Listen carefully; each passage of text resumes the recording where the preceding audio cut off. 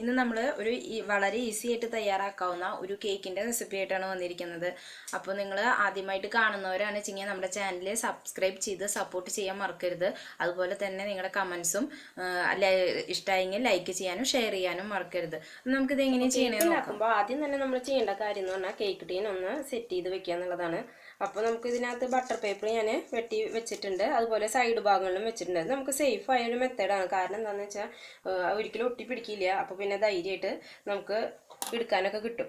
അപ്പോൾ ഇതിലേക്ക് നമുക്ക് കുറച്ച് ബട്ടറോ അല്ലെങ്കിൽ കുറച്ച് റിഫൈൻഡ് ഓയിലോ ഏത് വേണമെങ്കിലും കുറച്ച് ഒഴിച്ചു കൊടുക്കാം. എന്നിട്ട് അടിഭാഗത്ത് ജസ്റ്റ് ഒന്ന് സ്പ്രെഡ് ചെയ്ത് കൊടുക്കാം.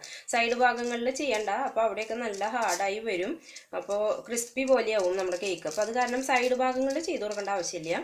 ഇതുപോലെ അടിഭാഗത്ത് മാത്രം നമ്മൾ ചെയ്ത് കൊടുത്താൽ മതി കേട്ടോ. ഇനി അടുത്തതായിട്ട് നമ്മൾ എടുക്കുന്നത് 1 കപ്പ് പഞ്ചസാരയാണ്. അപ്പോൾ നമ്മൾ ബീറ്റർ വെച്ചിട്ട് തന്നെയാണ് ഇത് ബീറ്റ് ചെയ്തെടുക്കുന്നത്.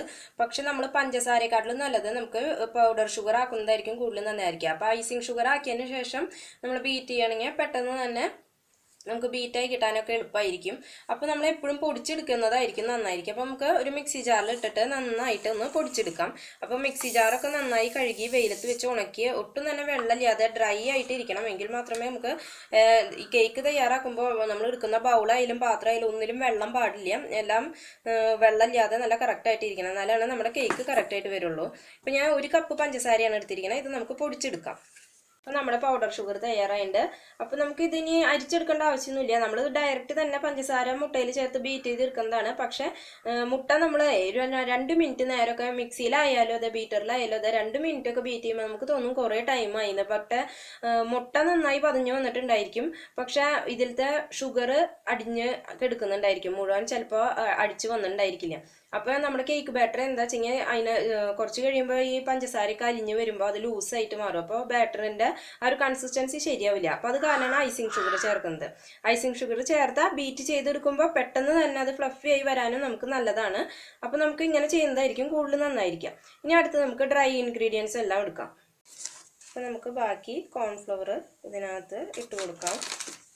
അപ്പോൾ ഇങ്ങനെ ആക്കിയതിന് ശേഷം നമ്മൾ ഇതിൻ്റെ മുകൾ ഭാഗം ഇതുപോലെ ജസ്റ്റ് ഒന്ന് വടിച്ചു കൊടുക്കണം. അപ്പോഴാണ് അത് കറക്റ്റ് 1 കപ്പ് ആവുക കേട്ടോ. ഇനി ഇതിലേക്ക് നമുക്ക് 3/4 ടീസ്പൂൺ ബേക്കിംഗ് പൗഡറും 1/4 ടീസ്പൂൺ ബേക്കിംഗ് സോഡയാണ് വേണ്ടത്. അപ്പോൾ ഇത് 1/2 ടീസ്പൂണാണ്. ഇനി നമുക്ക് വീണ്ടും 1/4 ടീസ്പൂൺ അങ്ങനെ ഇട്ട് കൊടുക്കുക. അതല്ല മെഷർമെൻറ്റ് ഇല്ലയെന്നുണ്ടെങ്കിൽ നമ്മൾ സാധാ ടീസ്പൂണിൽ 1/4 ടീസ്പൂൺ ബേക്കിംഗ് പൗഡർ ഇട്ട് കൊടുക്കാം. അപ്പോൾ ബേക്കിംഗ് പൗഡർ ബേക്കിംഗ് സോഡയൊക്കെ നമ്മൾ ഒരുപാട് പഴയത് ഉപയോഗിക്കാൻ പാടില്ല. അപ്പോൾ നമുക്ക് അതിൻ്റെ ആ ഒരു കുത്തൽ ഫീൽ ചെയ്യും. അപ്പോൾ അത് കാരണം തന്നെ നമ്മൾ മാക്സിമം പുതിയത് ഉപയോഗിക്കാൻ നോക്കുക. കേക്കൊക്കെ ഉപയോഗിക്കുമ്പോൾ ബേക്കിംഗ് സോഡയും 1/4 ടീസ്പൂൺ ഇട്ട് കൊടുക്കാം. അതുപോലെ തന്നെ 1/4 ടീസ്പൂൺ ഉപ്പും ഇട്ട് കൊടുക്കുക. ഇതെല്ലാം കൂടി നമുക്ക് നന്നായി ഒന്ന് അരിച്ചെടുക്കാം. ഇനി നന്നായി മിക്സ് ചെയ്ത് 2 വട്ടമൊക്കെ അരിച്ചെടുക്കുകയെന്ന് വെച്ചെങ്കിൽ നമ്മുടെ ബേക്കിംഗ് സോഡയും ബേക്കിംഗ് പൗഡറും എല്ലാം ഇതിനകത്ത് നന്നായി മിക്സായി കിട്ടും. അപ്പോഴാണ് നമുക്ക് കേക്കൊക്കെ നന്നായി പൊന്തി വരുള്ളൂ. അല്ലെങ്കിൽ വെച്ചെങ്കിൽ ഒരു ഭാഗത്ത് മാത്രമായിട്ട് ഒക്കെ അങ്ങനെയുള്ള കംപ്ലൈൻ്റ് ഒക്കെ വരും. അപ്പോൾ നമുക്ക് ഇതിങ്ങനെ 2 വട്ടമൊക്കെ അരിച്ചെടുക്കുകയാണെങ്കിൽ നല്ലതായിരിക്കും. ഇനി ഇതിലേക്ക് നമ്മൾ 3 മുട്ടയാണ് എടുക്കുന്നത്. അപ്പം മുട്ട എടുക്കുമ്പോഴും എന്തെടുക്കുമ്പോഴും നമ്മൾ റൂം ടെമ്പറേച്ചർ ആയിരിക്കാൻ പ്രത്യേകം ശ്രദ്ധിക്കണം. അപ്പം നമുക്ക് 3 മുട്ട എടുത്തിട്ടുണ്ട്. പിന്നെ നമ്മളിതിലേക്ക് 1/2 കപ്പ് സൺഫ്ലവർ ഓയിലാണ് എടുത്തിരിക്കുന്നത്. അത് ഏതെങ്കിലും റീഫൈൻഡ് ഓയിൽ ഉപയോഗിച്ചാൽ മതി. അപ്പോൾ 1/2 കപ്പിന് നമ്മൾ 1/2 കപ്പിൽ മെഷർമെൻറ്റ് കപ്പിൽ 1/2 കപ്പിൽ പകുതിയാണ് എടുത്തിരിക്കുന്നത്. ഏകദേശം ഒരു 1/4 കപ്പ്. ബാക്കി 1/4 കപ്പ് നമ്മൾ ബട്ടറാണ് ചേർക്കുന്നത്. അപ്പോൾ ബട്ടർ ചേർത്ത് നമ്മുടെ കേക്കിന് നല്ല സോഫ്റ്റ്നെസ് ഉണ്ടായിരിക്കും. അപ്പോൾ നിങ്ങൾക്ക് ബട്ടർ ചേർക്കാൻ താല്പര്യമില്ല എന്നുണ്ടെങ്കിൽ 1/2 കപ്പ് റിഫൈൻഡ് ഓയിൽ ഉപയോഗിച്ചാൽ മതി. ഇത് ഒരു 4 അല്ലെങ്കിൽ പിന്നെ 1/4 കപ്പ് സൺഫ്ലവർ ഓയിലും ബാക്കി ഒരു 4 ടേബിൾ സ്പൂൺ ബട്ടറും ചേർത്ത് കൊടുത്താൽ നമുക്ക് 1/2 കപ്പായി കിട്ടും. പിന്നെ നമുക്ക് മുട്ട പൊട്ടിച്ചൊഴിക്കാം. അപ്പോൾ മിക്സിയിലാണ് ചെയ്യുന്നവരാണ് വെച്ചെങ്കിൽ മിക്സിയിൽ നമുക്കിതുപോലെ അടിച്ചെടുക്കാവുന്നതാണ്. 3 മുട്ട എടുക്കുക. എന്നിട്ട് മുമ്പ് 1/2 കപ്പ് ഷുഗർ നമ്മൾ ചേർത്ത് കൊടുക്കുക. നമ്മൾ എടുത്തു വെച്ചിരിക്കുന്ന പൗഡർ ഷുഗറിൽ 1/2 കപ്പ് ചേർത്ത് കൊടുക്കുക. പിന്നെ ബാക്കി കുറച്ച് നേരം ഇത് നന്നായി ബ്ലെൻഡ് ചെയ്തതിന് ശേഷം ബാക്കി 1/2 കപ്പ് ഇട്ട് കൊടുക്കുക. അങ്ങനെ ചെയ്ത് കൊടുത്താലും മതി. നമുക്ക് മിക്സിയിലാവുമ്പോൾ ഇതിൽ ബീറ്റർ കൊണ്ട് ചെയ്യുന്ന അത്ര ഫ്ലഫി ആയി കിട്ടില്ല. എങ്കിലും കുഴപ്പമില്ലാതെ തന്നെ നമുക്ക് കേക്ക് നമുക്ക് ഉണ്ടാക്കിയെടുക്കാവുന്നതാണ് കേട്ടോ. അപ്പോൾ ഇനി നമുക്ക് ഇത് നന്നായിട്ട്, ഞാനിപ്പോൾ ഒരു ഹാൻഡ് ബീറ്റർ വെച്ചിട്ടാണ് ഇത് ബ്ലെൻഡ് ചെയ്തെടുക്കുന്നത്. അപ്പോൾ നമുക്ക് പൗഡർ ഷുഗർ കുറച്ചായിട്ട് ഇട്ട് കൊടുക്കുക. എന്നിട്ട് വേണം, ഇതിപ്പോൾ നമ്മൾ യെല്ലോ വൈറ്റും കൂടിയിട്ട് സെപ്പറേറ്റ് ചെയ്ത് ബീറ്റ് ചെയ്യുകയാണെങ്കിൽ നമുക്ക് പെട്ടെന്ന് തന്നെ ആയി കിട്ടും. ഇല്ലയെന്നുണ്ടെങ്കിൽ ഇത് കുറച്ച് നേരം നമ്മളൊന്ന് ബീറ്റ് ചെയ്തെടുത്താൽ അങ്ങനെ കിട്ടും. അതും കുഴപ്പമില്ല, ഏത് വേണമെങ്കിലും നമുക്ക് ചെയ്യാം. സെപ്പറേറ്റ് ആയിട്ട് ചെയ്യുകയാണെന്ന് വെച്ചെങ്കിൽ നമുക്ക് പെട്ടെന്ന് തന്നെ ബീറ്റായി കിട്ടും കേട്ടോ.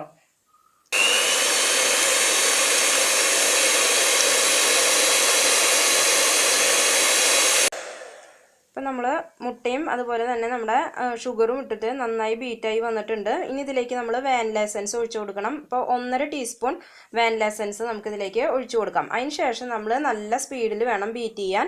അപ്പോഴാണ് നമ്മുടെ ഇതിലത്തെ മുട്ടയുടെ മണമൊക്കെ പോയി കിട്ടുള്ളൂ കേട്ടോ. ഇനി നമ്മൾ വാനില എസൻസ് ചേർത്തിട്ട് നല്ലവണ്ണം ബീറ്റ് ചെയ്താൽ മാത്രമേ മുട്ടയുടെ സ്മെല്ല് മാറി കിട്ടുള്ളൂ. ഇല്ലെങ്കിൽ നമ്മുടെ കേക്കിനൊരു മുട്ട സ്മെല്ല് ഫീൽ ചെയ്യും. അപ്പോൾ നമ്മളിതിലേക്ക് 1.5 ടീസ്പൂൺ വാനില എസൻസ് ചേർത്ത് കൊടുത്തു. ഇനി നന്നായിട്ട് നമുക്കൊന്ന് ബീറ്റ് ചെയ്തെടുക്കാം. അപ്പോൾ ഒരു 3-4 മിനിറ്റ് നമ്മൾ മൊത്തത്തിൽ ബീറ്റ് ചെയ്തെടുക്കണം കേട്ടോ.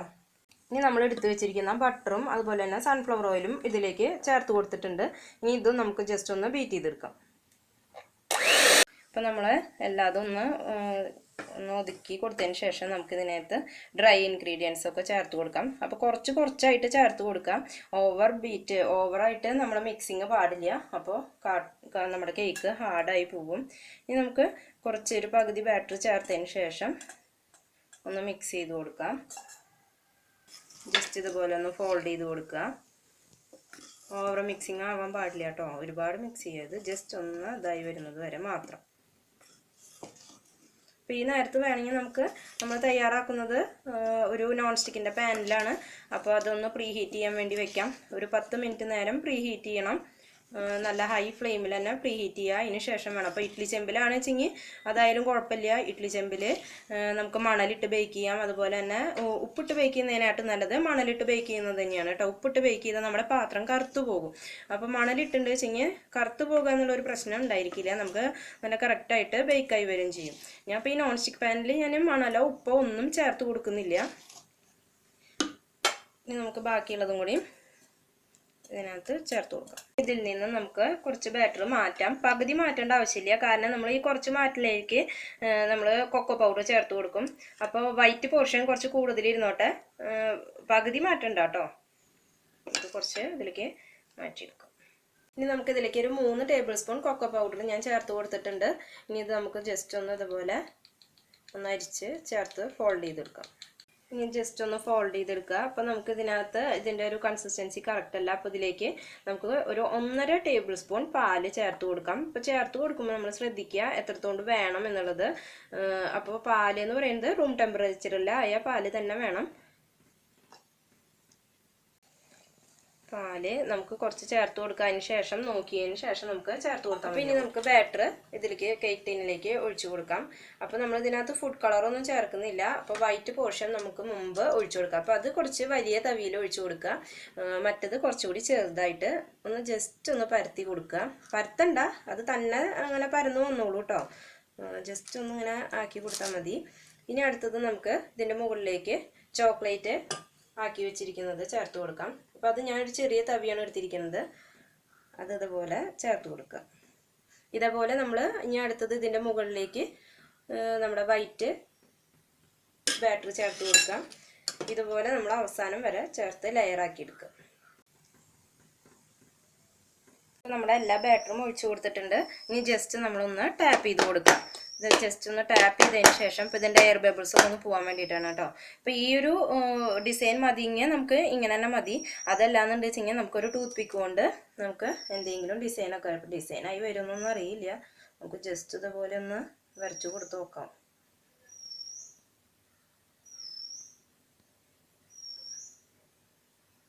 നമ്മൾ അടിയിലേക്ക് ഒരുപാട് അമർത്തിയിട്ട് ആക്കി കൊടുക്കേണ്ട ആവശ്യമില്ല കേട്ടോ. ജസ്റ്റ് ഒന്ന് ഇതുപോലെ ആക്കി കൊടുത്താൽ മതിയാകും. അപ്പോൾ ഇനി നമുക്കിതൊന്ന് ബേക്ക് ചെയ്തെടുക്കാം. അപ്പോൾ നമ്മുടെ നോൺ സ്റ്റിക്കിൻ്റെ പാൻ നമ്മൾ 10 മിനിറ്റ് പ്രീ ഹീറ്റ് ചെയ്തു. ഇനി നമ്മൾ ജസ്റ്റ് പതുക്കെ വെച്ച് കൊടുക്കുക. നല്ല ചൂടുണ്ട്. വെച്ച് കൊടുത്തതിന് ശേഷം ഇനി നമുക്കൊരു 30-35 മിനിറ്റ് നേരം എന്തായാലും വേണ്ടി വരും. അപ്പോൾ അതിൻ്റെ ഇടയിൽ നമ്മൾ തുറന്നു നോക്കരുത്. തുറന്നു നോക്കിയാൽ നടുഭാഗം കുഴിഞ്ഞു പോവും. അപ്പോൾ 30-35 മിനിറ്റ് നേരം. അപ്പോൾ ഇതിൻ്റെ അടുപ്പ് ചില്ലായ കാരണം നമുക്ക് കാണാൻ പറ്റും. അപ്പോൾ അത് കാരണം ക്ഷമയില്ലാതെ തുറന്ന് നോക്കിയിട്ടുണ്ടെങ്കിൽ നടുഭാഗമൊക്കെ കുഴിഞ്ഞു പോകാനുള്ള സാധ്യതയുണ്ട്. അതുപോലെ തന്നെ ബാറ്ററിൽ വെള്ളം കൂടിയാലും കുഴിഞ്ഞു പോകും കേട്ടോ. ഇപ്പോൾ ഒരു 40 മിനിറ്റ് കഴിഞ്ഞിട്ടുണ്ടായിരിക്കും, എങ്കിലും നമ്മുടെ ഇത് ബേക്കായി വന്നിട്ടില്ല. അപ്പോൾ ഓരോ ഗ്യാസ് അടുപ്പിൻ്റെ ചൂടനുസരിച്ചിരിക്കും, അത് നമ്മൾ പ്രത്യേകം ശ്രദ്ധിക്കണം. അപ്പോൾ അടുപ്പിൻ്റെ ചൂടനുസരിച്ചിരിക്കും നമ്മുടെ ബേക്കിംഗ് ടൈം എന്ന് പറയുന്നത്. എന്നാലൊരു 30-35 മിനിറ്റ് കഴിഞ്ഞാൽ ഏകദേശം ഒരുവിധം സെറ്റായി കഴിഞ്ഞിട്ടുണ്ടായിരിക്കും. അപ്പോൾ അതിനുശേഷം നമുക്ക് ആയോ എന്ന് അറിയാൻ വേണ്ടി ഒരു ടൂത്ത് പിക്ക് കൊണ്ട് ജസ്റ്റ് ഒന്ന് കുത്തി നോക്കിയാൽ മതി. അപ്പോൾ അതിനകത്ത് പിടിച്ചിട്ടില്ല വെച്ചെങ്കിൽ നമ്മുടെ കേക്ക് നന്നായിട്ട് ബേക്കായിട്ട് വന്നിട്ടുണ്ടായിരിക്കും. ഇപ്പോൾ ഒരു 40 മിനിറ്റ് കഴിഞ്ഞിട്ടുണ്ട്. അപ്പോൾ ഏകദേശം നമുക്ക് നമ്മളിതിൽ ഫ്ലേവർ ചേർത്തതിൻ്റെ ഒരു സ്മെല്ലൊക്കെ പുറത്തേക്ക് വന്നു തുടങ്ങും, നമുക്കിത് ബേക്കായി വന്ന് തുടങ്ങുമ്പോഴേ. അപ്പോഴാണ് ഏകദേശം ഒരു ടൈം നമുക്ക് മനസ്സിലാവും. കുറച്ച് നേരം കൂടി കഴിഞ്ഞോട്ടെ, അതിന് ശേഷം നമുക്ക് എടുക്കാം. ഇപ്പോൾ ഒരു 40-45 മിനിറ്റ് നേരം കഴിഞ്ഞിട്ടുണ്ട്. ഇനി നമുക്കൊരു ടൂത്ത് പിക്ക് കൊണ്ട് ജസ്റ്റ് ഒന്ന് ഇൻസേർട്ട് ചെയ്ത് നോക്കിയിട്ടുണ്ടെങ്കിൽ ഇതിലൊട്ടും തന്നെ പിടിച്ച് വന്നിട്ടില്ല, നമ്മുടെ കേക്ക് ബേക്കായിട്ടുണ്ട്. അപ്പോൾ നമുക്ക് ഗ്യാസ് ഇനി ഓഫ് ചെയ്യാം. അതിന് ശേഷം നമുക്ക് ഇതിൽ നിന്ന് മാറ്റി വെക്കണം, കാരണം ഈ പാത്രത്തിനകത്ത് അത്യാവശ്യം ചൂടുണ്ട്. അപ്പോൾ ഇതിനകത്ത് വെച്ചിട്ടുണ്ടെങ്കിൽ ഒരു കൂടുതൽ ബേക്കഡാവൊന്നുമില്ല, എങ്കിലും കരിഞ്ഞു പോകാൻ അങ്ങനെയുള്ള സാധ്യതകളുണ്ട്. അപ്പോൾ അത് കാരണം നമുക്കതെടുത്ത് മാറ്റി വെക്കാം. അതിന് ശേഷം തണുത്തതിന് ശേഷം മാത്രമേ നമ്മൾ ഇന്ന് എടുക്കാൻ പാടുള്ളൂ. അപ്പോൾ നമ്മുടെ ബാറ്റർ ഇപ്പോൾ ഈ ഭാഗത്ത് ഫ്ലവറൊക്കെ പോകാനുള്ള കാരണം എന്താണെന്ന് വെച്ചാൽ ഒരു ചെറിയ ഒരു ഇത് നമ്മളിത് പ്രീ ഹീറ്റ് ചെയ്യാൻ വേണ്ടി 10 മിനിറ്റ് മുമ്പേ വെക്കണം. അപ്പോൾ നമ്മൾ പ്രീ ഹീറ്റ് ചെയ്യാൻ വേണ്ടി വെച്ചാൽ കുറച്ച് ടൈമൊന്ന് തെറ്റിപ്പോയി, ഒരു 5 മിനിറ്റൊക്കെ പ്രീ ഹീറ്റഡ് ആയുള്ളൂ. അപ്പോൾ ശരിക്കും നമ്മൾ നമ്മുടെ ബാറ്റർ തയ്യാറായി വരുമ്പോൾ ഓവനായാലും അതെ പാത്രമായാലും അതെ പ്രീ ഹീറ്റ് ആയിരിക്കണം. അപ്പോൾ അത് പരന്നു പോവില്ല. അല്ലെങ്കിൽ കുറച്ച് നേരം ഇരിക്കുമ്പോൾ ഈ ഫ്ലവർ എല്ലാം പരന്നു പോകും. അതുപോലെ തന്നെ ടൂത്ത് പിക്ക് കൊണ്ട് നമ്മൾ ജസ്റ്റ് ഫ്ലവർ വരയ്ക്കുമ്പോൾ ഒരുപാട് താഴ്ത്തിയിട്ട് വരച്ചു കൊടുക്കരുത്, മുകൾ ഭാഗം മാത്രമേ ഒന്ന് ഷേപ്പ് ചെയ്ത് കൊടുക്കാൻ പാടുള്ളൂ. എന്നാലും കുഴപ്പമൊന്നുമില്ല, അത്യാവശ്യം ഷേപ്പായി വന്നിട്ടുണ്ട്. ഇനി നമുക്കിത് തണുത്തതിന് ശേഷം നോക്കി നോക്കാം. അപ്പോൾ നമ്മുടെ കേക്ക് നല്ല സോഫ്റ്റ് ആയിട്ടാണ് വന്നിരിക്കുന്നത് കേട്ടോ. അപ്പോൾ നമ്മുടെ കേക്കൊക്കെ നന്നായി തണുത്ത് വന്നിട്ടുണ്ട്. അപ്പോൾ ഈ സൈഡിൽ നിന്നൊക്കെ വിട്ടു പോന്നിട്ടുണ്ട് കേട്ടോ. ഇനി നമുക്കിത് ഇതൊന്ന് എടുത്ത് മാറ്റാം.